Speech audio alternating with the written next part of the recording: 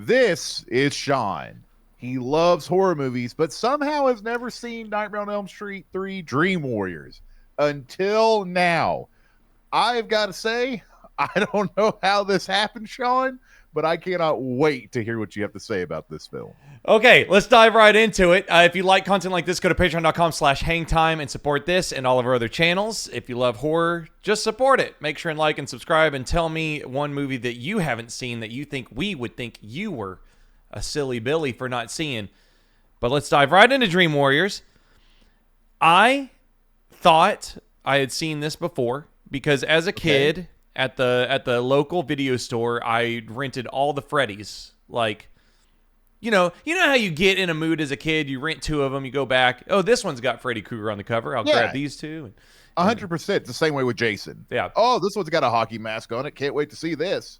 If you go through all the covers, as a kid, I understand why I didn't find this one very appealing. Really? Yeah, because the cover is not red like the other covers. And I know that sounds really, really silly, right? But the cover it's just different, right? Like I'm going to cover. This is one of my favorite covers. To put that out there, I think Dream Warriors is one of the best covers of the series. Yeah, and just to be clear, like I don't think it's a bad cover. Sorry, or cover up your face, Greyson, but like it is inherently different than all the other ones. In that like it's like a giant Freddy and they're standing on the claws and stuff like that. And so I think that's why I didn't read it. Oh, you know what it also was? His hat looks too floppy in the picture. I know that sounds stupid. So Kid Shaun was super picky with his Freddy. Gotcha. I think that's like what happened, right? And so I never watched it. And I think I did the thing where like I just lied to people that I liked it or it was the best one because watching it, like I had just like no memory of it. And that's so crazy. I must have seen clips on it on countdowns or YouTube videos or a Bravo thing or something. Because I don't know where my knowledge of the movie came from, right? It is one of the more referenced Nightmare on Elm Street. Like Welcome to Primetime Bitch, the puppet scene, the needles for fingers. Yes. Like all that stuff. And that brings me to, I have seen almost all of the kills in this movie. Yes, which is, they get shown a lot. Like a lot of the times whenever people talk about Freddy's best kills, it usually comes from this film. Yeah. So we have this movie that is written by Frank Darabont. He's one of the writers on this, which is crazy. And I did not know Nancy was in this at all. I had no clue. Yeah, she's the one that teaches everybody how to do what they need to do. Yeah, so like you get like a it'd be like in Fast and Furious 4 when Vin and Paul come back, you know? Yeah, 100% it is. Yeah, you got it. So, like, as a kid, obviously, you watched these and they were already all out. So it's not like you had the anticipation of Nancy coming back. But, like, was it like, do you have a memory of her, of being a kid and be like, oh, my God, Nancy's in this? Yeah, I 100% do. Whenever I was a child, before I became obsessed with Halloween, Nightmare on Elm Street was my series. I had Freddy dolls growing up. He, for some reason, in my nightmares would protect me, according to what my mom said. But I became so obsessed with it that I would rent the first one over and over again. And I didn't know others existed until my mom told me. Mm-hmm. So then I went and rented the first three to go through the first three all in one. And when I got to Nightmare on Elm Street 3 and Nancy comes into the dream for the first time, I was blown away. I was also 7, I think, at that time. So seeing Nancy show back up, I couldn't believe it because she wasn't in 2. Mm-hmm. But now she's in 3. Oh my gosh. She's back. She is traumatized to hell. She got the white streak. Mm-hmm. But I mean, she's not that traumatized, I guess, because she's back to help and she knows the business. They got so many. And you know what? You got a lot of good characters in this movie. You got even the doctor. You see the doctor that like is, you know, taking care of the kids and stuff, and it's like, oh, this guy's gonna be a douchebag. And Neil Gordon, he turns out to be a good guy. He does everything it takes. Yep, the one that hangs out with Nancy the whole time. Yeah. It's kind of weird because he's like old. It's like that 80s thing that they do. He is, but I think they were trying to make Nancy feel a lot older too. Yeah. Make her a little more odd. Aged. Yeah. I love her white streak. And then let's see. We got Philip, Kincaid, Kristen. Kincaid rules. Yeah, Kincaid does. Kincaid. He's so sick. Oh my god. He would have been my favorite character. But I thought Lawrence Fishburne was gonna be one of the Dream Warriors because everybody always talks. Oh, Lawrence Fishburne's in that. Lawrence Fishburne's in that. Yeah, it's just a nice little nod to see Lawrence Fishburne in it. It's just like in Nightmare on Elm Street 1 with Johnny Depp. Yeah, I thought he was going to be a much bigger role. In this. No. Let's see. We got Taryn. Is she the Switchblade girl?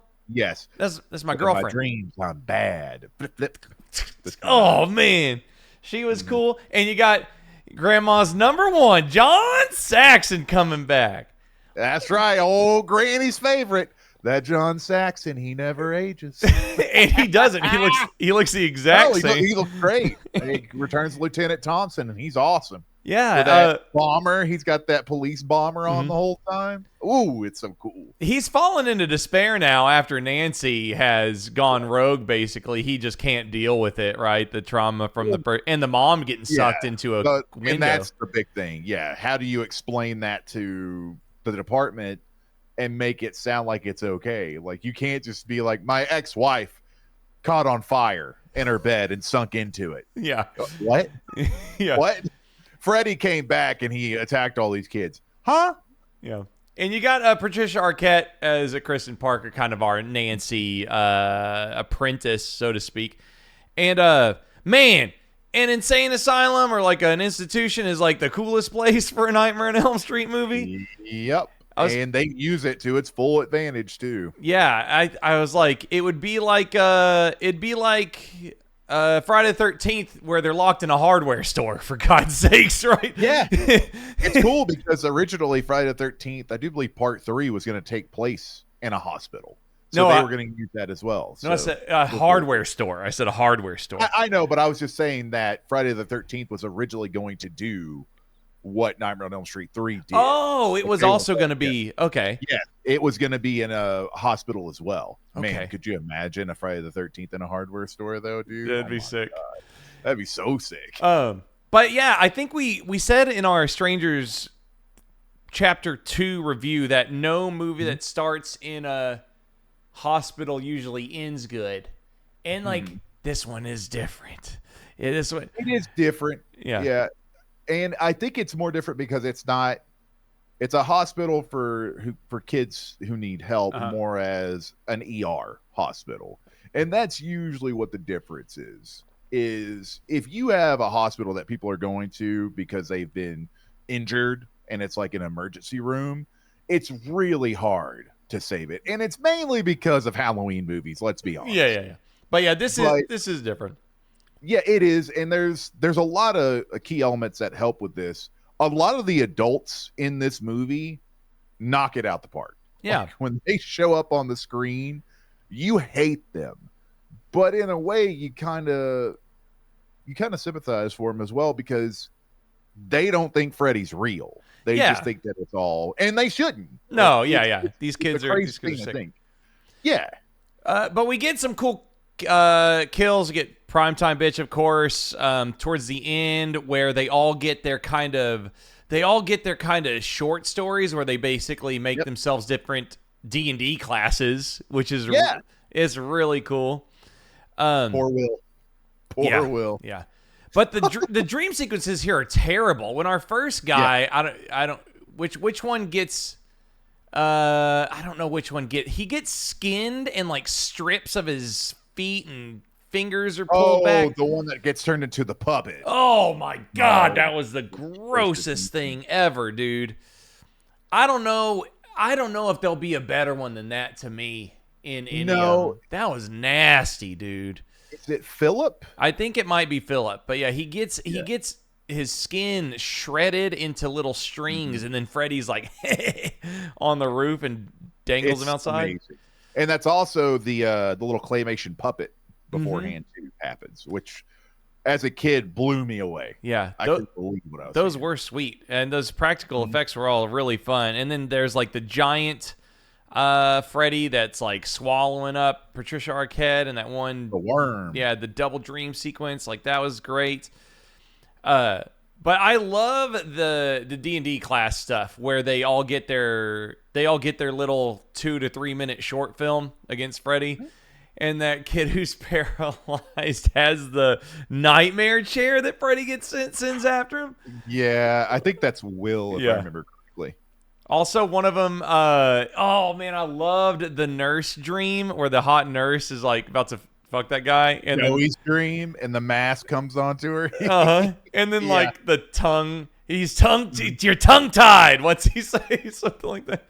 I think it is tongue tied. Yeah. No, the mask is deleted, I do believe. I don't think that's in the actual film. I think it's just her shooting her tongue out. But there is images of what she was supposed to look like, and she has like a Freddy mask put over the top of her. And she was, but a hot body down low. Yeah. Okay. It didn't test well. Yeah. It's like maybe it just looked weird. Yeah. But yeah, I thought that was all great.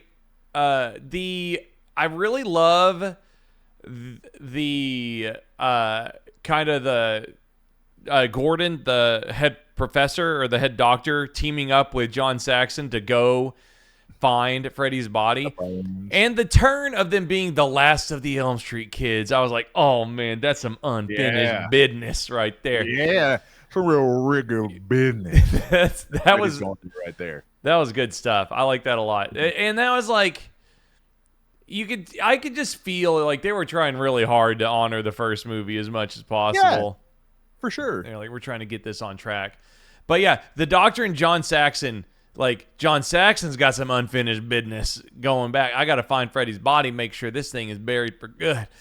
And then the turn where John Saxon is like, he reunites with Nancy and he's like, I'm in heaven now. I'm an angel. And I'm like, no, you're not, dude. You Freddy. Mm-hmm. Did you get tricked as a kid when you saw that for the first time? Yeah. Not me. 100% I did. Not me. I'm 30. When I was a kid, I was happy because I thought, oh, cool. They're finally going to be able to like hug each other and everything's going to be okay. And then bam, right in the gut. Yeah. Freddy, that son of a bitch. I know, man. He's so sneaky. And yeah, I love there's a one stunt where all 4 of the kids explode out of mirrors at the same time in like that hallway. Because Joey screams, right? Yeah, that's his power. He like screams. I was like, man, that was really dangerous. They could have got cut up. But yeah, I love John Saxon, the Doctor, going after Freddy to almost atone. It doesn't, but it's kind of like what we did to Freddy was also really terrible, but we can at least finish it. So not only do the last of the Elm Street kids kind of fight for their lives, but the last parents of the Elm Street kids one of the Elm Street kids can try to atone for that. So the skeleton fight was so good with the stop motion and the the roundhouse kick he does. Yeah. Freddy throwing roundhouses in skeleton form. Yeah. And then the Doctor had talked to Mary Kruger, or the mother of Amanda. Freddy. Yeah, Amanda Kruger. And it turns out that I think you had told me this, but I had forgotten about it until the movie. But Freddy is the SA baby of 1,000 psychopaths. I was like, oh my God. Yeah, they do talk about that in that one, don't they? Not for long, but I think they do talk about it. But it turns out that it was her, the nun herself. Mm-hmm. It was like, oh man, that is totally messed up, but super like hardcore and a really cool origin story for the worst guy ever. But yeah, I think I think it was well paced. I thought that all the doctors, and this is why the first one is really good too. Everybody like makes the best decisions that they can. Nobody's just an idiot in this one or the original Nightmare on Elm Street. It's like they only have so much information to deal with, right? Yeah, how are you supposed to deal with a kid saying that something's attacking them in their dream, and then they show up and they actually have those cuts? Like, what do? Yeah. You can't rationalize somebody attacking them in their dreams. It Even doesn't make the older doctor, when Gordon is like trying to push back, the older like head of the clinic is like, "I'm sorry, your trials are done." I was like, "Yeah, that sucks for the kids, but like, yeah, that'd probably be that's a tough sell." What do you do? Yeah. Especially after, I think at that point, 2 kids had already died. Mm-hmm. And Joey, I do believe, is unconscious or still in the coma. Yeah, it's like you got 2.5 kids dead, and it's like, yeah, we can't really be experimenting anymore. Like, we have to just protect them. Yeah, So, you got to be thinking in like the real world, like the lawsuits that are coming. yeah. It's not going to go good. It's like, man, 2 out of 6 of these kids are dead. I don't think your trials are going very well. I think you're off of it, but that's what I loved about it. I thought it was fun. It's not better than the first, but it's really, really, really close. Can I ask you what, like, do you know which Nightmare on Elm Street you thought was the third one? No, I just have like a blob of memories. I have a blob of, let's see, because the first one, I do know that the second one has a lot of it's mostly the blonde kid. It's like the boy. I remember that one. Okay, I watched that one like 10 years ago. Okay. I have the most memories about a bus. I have a lot of memories about twin girls in blue dresses or something in a backyard. Yeah, there are a lot of the 2 girls jumping rope are in a lot of them. Yeah, they're at the end of one as well. These are like kind of 50s style flashbacks. It looks like Pleasantville. They're kind of these part 6 then. Okay, because I think I watched Freddy's or part 6 the most because they had a bus on the cover. And the lead person, I remember a brunette girl with a blue button shirt who puts on the glove and stabs Freddy in a boiler room fight. That's part 6. It's part 6 as well? Okay. So all of my main memories are from part 6. So with that, I'm going to watch 4 and 5 because I have no clue what 5 is going to happen.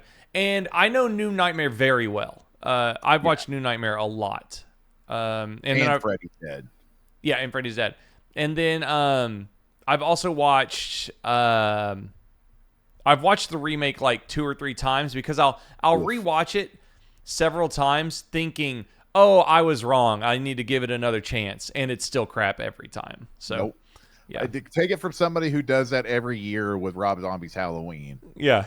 It's like that dog won't hunt. Yeah. It's like maybe I'm just weird, right? Maybe it's better. Because on paper, the Nightmare on Elm Street remake should have been a slam dunk. No, it should have been with Jackie Earle Haley as Freddy. Like, they nailed the cast. Yeah. They had the technology to make dreams awesome. And he looks kind of gross. Like, yeah, he looks like they do fine with it. And it's weird because that's one of the few horror movies that everybody agrees it's bad. Yeah. So it's too bad. That says something. Yeah. If you enjoyed this, make sure and give the video a like and subscribe. Ring that bell for more notifications here on Carnage Candy. Next up, I'm gonna make Grayson watch Ex Machina on the next episode. Yeah, I'm very excited for it. I don't know what to expect. So I'm going into it not really knowing much about it. I don't know if it's definitely more thriller than it is horror. But it does fall into that's some scary stuff. Technology, and it's an interesting movie. I think it'll fit on the channel. Okay. Make sure and also go watch our latest video, Welcome to Derry. Yeah, you'll like that one a lot. We had a lot of fun filming it. All right, you guys have a great day. Goodbye. Goodbye.